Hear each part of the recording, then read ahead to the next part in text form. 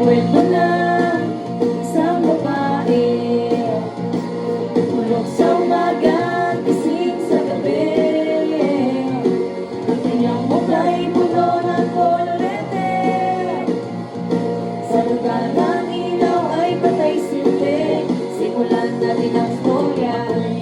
Matalik na kaibigan, Ernesto ang aking pangalan. Kwento dapat yung malaman, huwag na magkulang-kulang. Bakit ang nais natin ay malaman ang bao ng iba? Pagbinigyan kita, kilala mo kasi nada.